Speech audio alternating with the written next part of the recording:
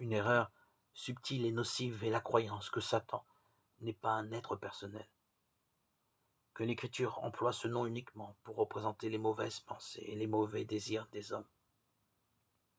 L'enseignement prétendant que le retour du Christ a lieu au moment de la mort de chaque personne est une invention destinée à détourner l'esprit des hommes de sa venue personnelle sur les nuées du ciel. Satan fait croire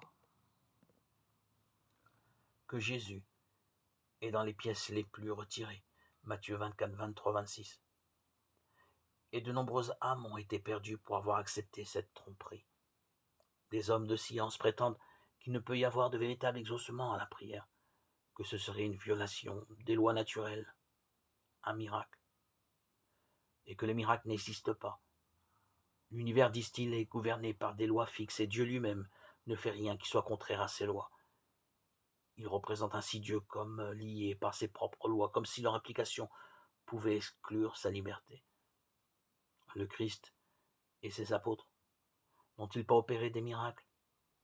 Le même Sauveur compatissant est tout aussi disposé à écouter la prière de la foi que lorsqu'il marchait de manière visible parmi les hommes. Le naturel collabore avec le surnaturel.